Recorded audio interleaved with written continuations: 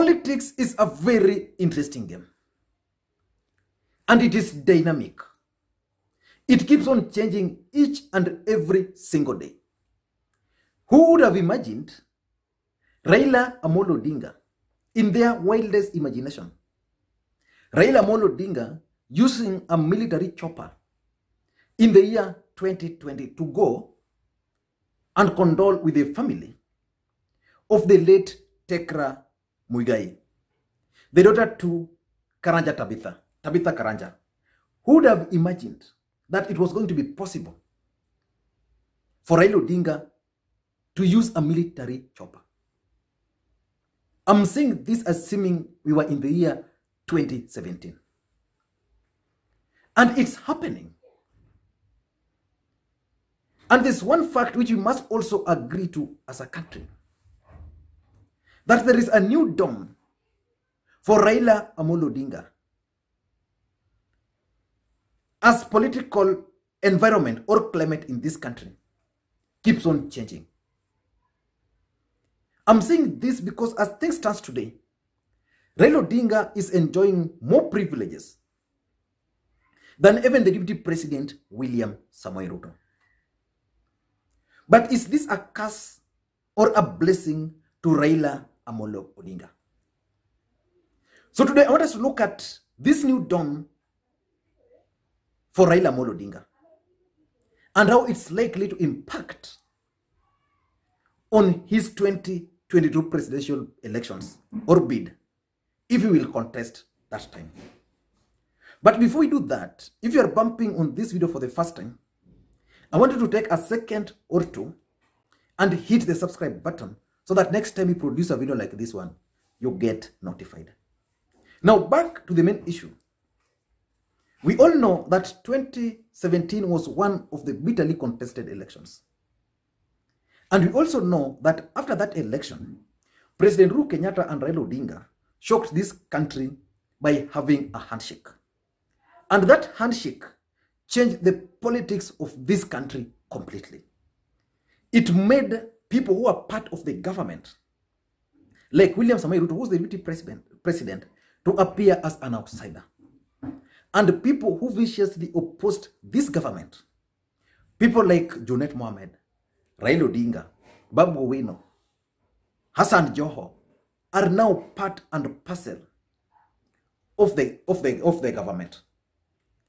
But will this impact on Raila Odinga in 2022? For us to understand that, because I'm going to give my reasons, but for us to understand that, let us go back a bit to the history of this country, especially on Raila Odinga and his presidential bid. Raila Odinga first contested for the presidency in the year 1997. But I believe up to now that in 1997, Raila Odinga was just venturing so that he could be known. Then in 2002, Raila Odinga never contested for the presidency. Instead, he supported Mwai Kibaki. Now, before we go into that, after the 1997 election, Raila Odinga at some point joined hands and merged his political party NDP with KANU, and he was appointed the Minister for Energy.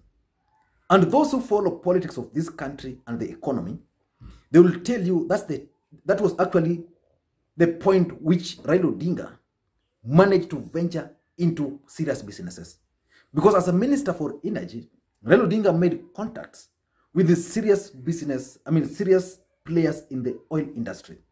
And up to today, Raila Odinga is a major player in oil business in Africa.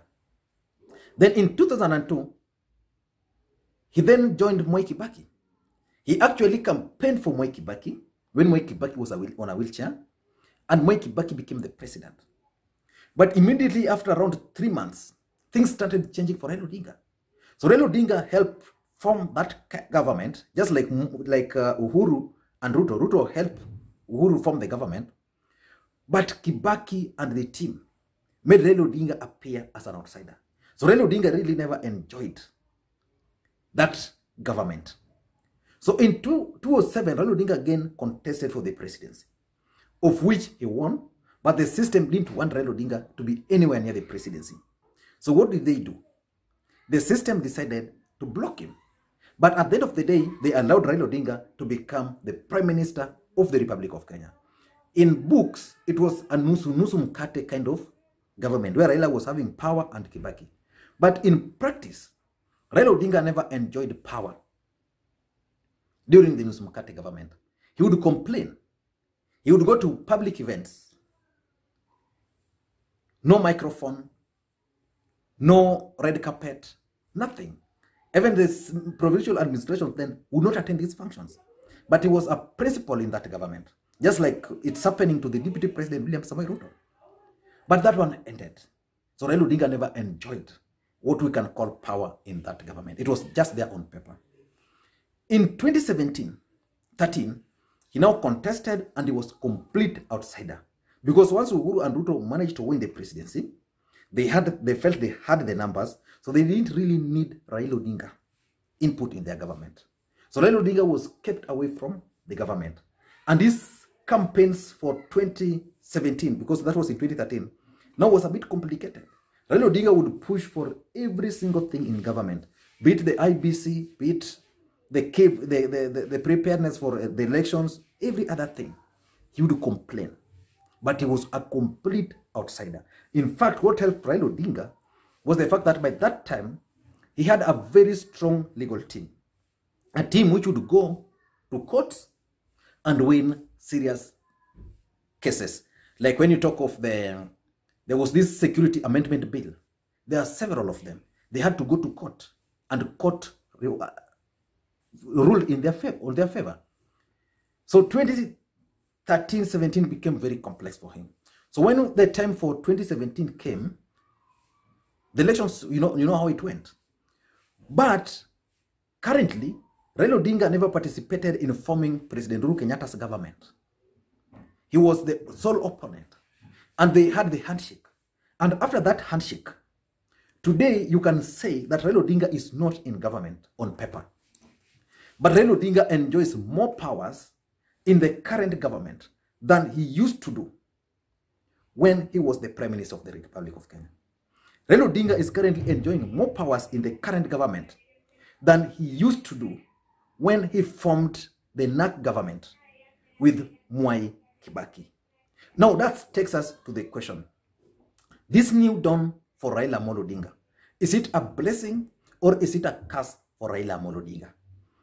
I think it will depend on how Raila Odinga is going to carry himself, politically speaking, between now up to 2022.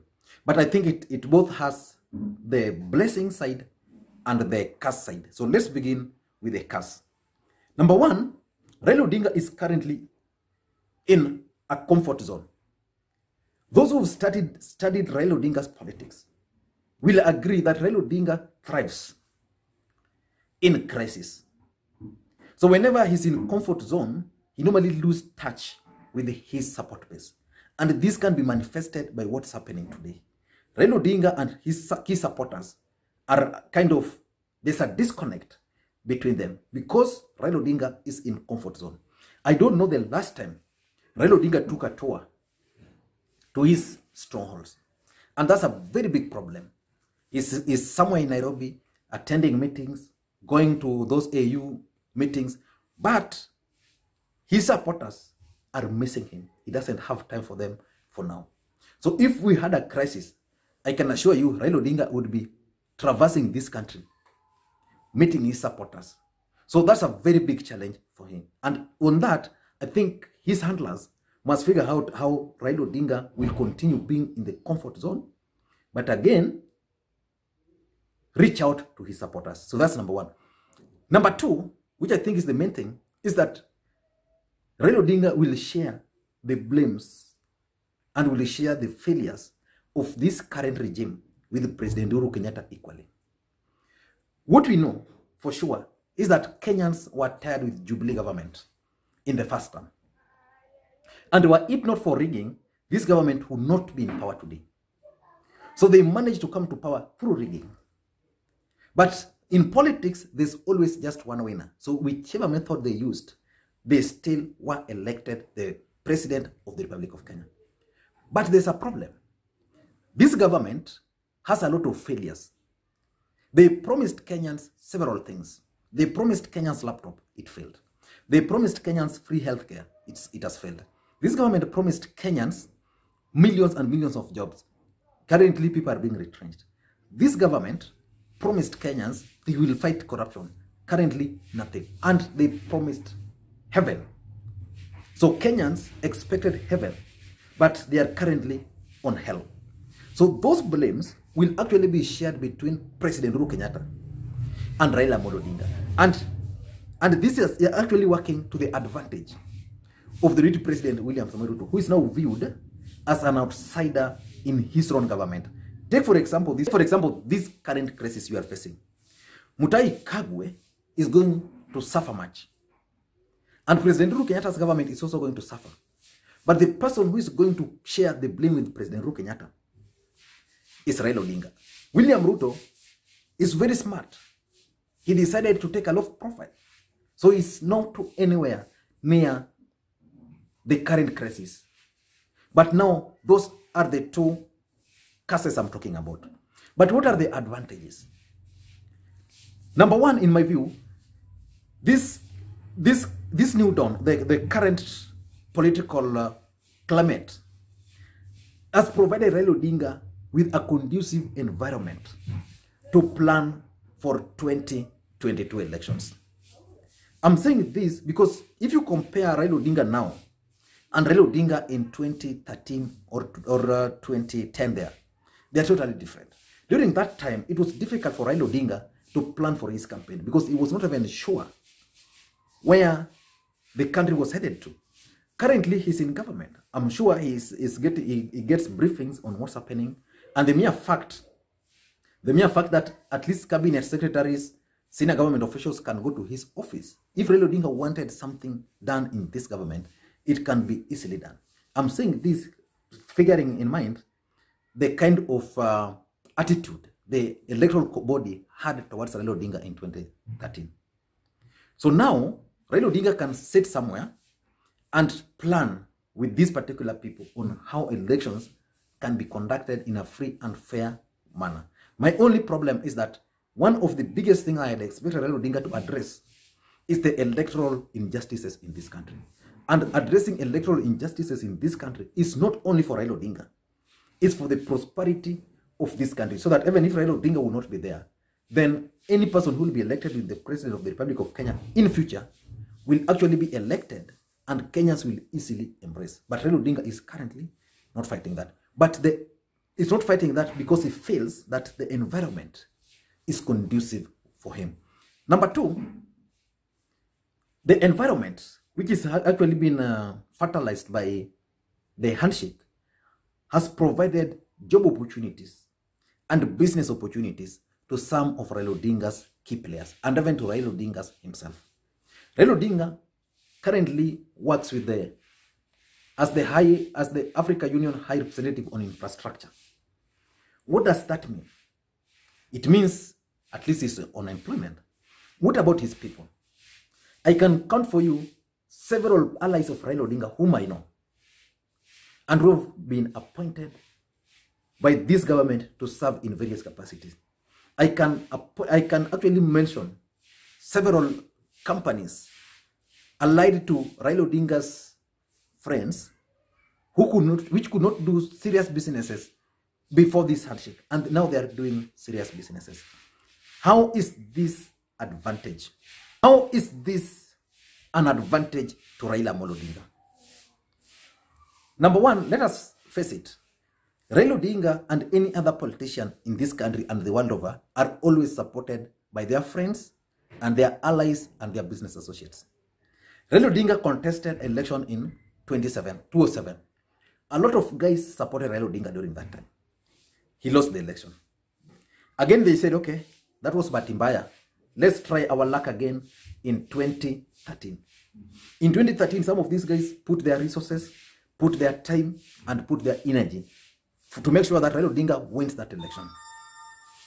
What happens again? Raila Odinga never won that election. So some of them were tired and started leaving. So I can mention for you a lot of guys who supported Raila Odinga in 2007, 2013, but For 2017, they decided to support the other side, or just to decide to, they just decided to do whatever they were doing. Came 2017, I mean, towards 2017. 2017, the same thing. But some of these people were tired already. They supported Raila in 2007, 2013, 2017. This guy did not succeed. And this guy was still taking them to the opposition. So immediately after that election, most of these guys started looking for opportunities on Jubilee side. There are several people who even contested on ODM ticket, but the moment it was clear, especially the first round, that Uhuru was winning, was going to be sworn in, then these guys, for the second round, they shifted allegiance, not because of anything, but because they wanted to be seen to be on the right side of the government. So right now, Raila Odinga is in government, and they are fighting, they are getting opportunities. Some of his friends are getting businesses. So it means these guys, when the next election will come, they'll find a reason to support Raila Odinga again. Number three, I think the environment has also provided Raila Odinga with an opportunity to venture into hostile territories. I'm talking of central Kenya province. The mere fact that Raila Odinga contested for election in this country, and by the way, if you look at the history of this country, there's no any other presidential candidate who has received majority of votes from central Kenya than Raila Odinga, if not someone from central Kenya. Go and check that history. So Raila Odinga could not campaign in central Kenya freely. Places like Meru, they were very hostile. He didn't have the government support. They would frustrate him campaigning there. Even his associates in those areas were being frustrated. So today, even if he will not get enough votes from those areas, I am sure he will find it easy to campaign in those places, because it's not viewed now as the enemy of one of their own. So depending on how he's going to play it, at least Raila Odinga has advantage. There's also a saying that those who are known to be supporting Raila Odinga in those regions, like Mount Kenya region, were actually being targeted, and most of them were never allowed to vote. Now, talk of vote rigging. How do they normally do it? Vote rigging normally happens after the votes. So after the votes, they count in a polling station. So Raila Odinga gets 10 votes in a polling station in central Kenya. Uhuru Kenyatta gets 500. What happens? These guys add Uhuru Kenyatta 20 votes. Then they deduct Raila Odinga 5 votes. So Raila Odinga, instead of 10, will get 5. And Uhuru Kenyatta, they'll add 20. So basically, Raila Odinga, by that alone, has lost 25 votes. So if you count all the polling stations in central Kenya or Mount Kenya region, you'll realize Raila Odinga has lost so much, but in a very simple way. And now that he's part and parcel of Uhuru Kenyatta, at least that will not happen. If he gets 5 votes, he will be given 5 votes. If he gets 20 votes, he will get those 20 votes, but not reducing and the other guy being added.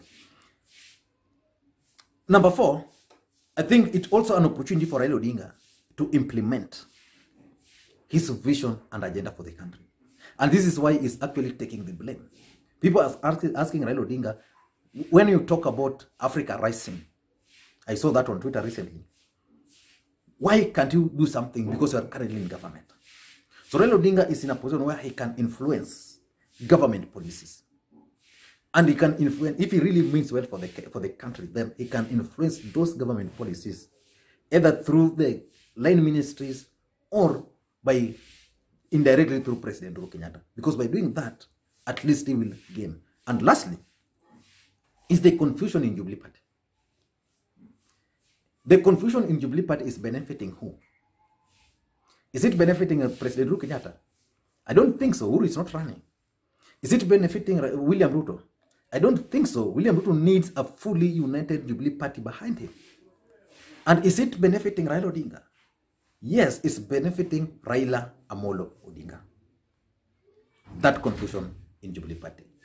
I don't know what you think, but in my view, the new political dawn for Raila Odinga has both advantage and disadvantage, and will depend with how he's going to carry himself between now and 2022. I hope you guys have enjoyed that, and if you have any question on this particular matter, just kindly drop it in the inbox. And For those who are bumping on this video for the first time, I want to ask you to just take a second or two and hit the subscribe button so that next time we produce a video like this, you get notified. And again, the only request I make on this platform is one: help me create interactions. How do you do that? Drop your comments for those who can drop their comments, and the other way is just give a video thumbs up if you like it. If you don't like it, thumbs down. Thank you guys, and you can now go and check our website www.vuguvugu.com. vuguvugu.com. Thank you guys, and please may you have a good day.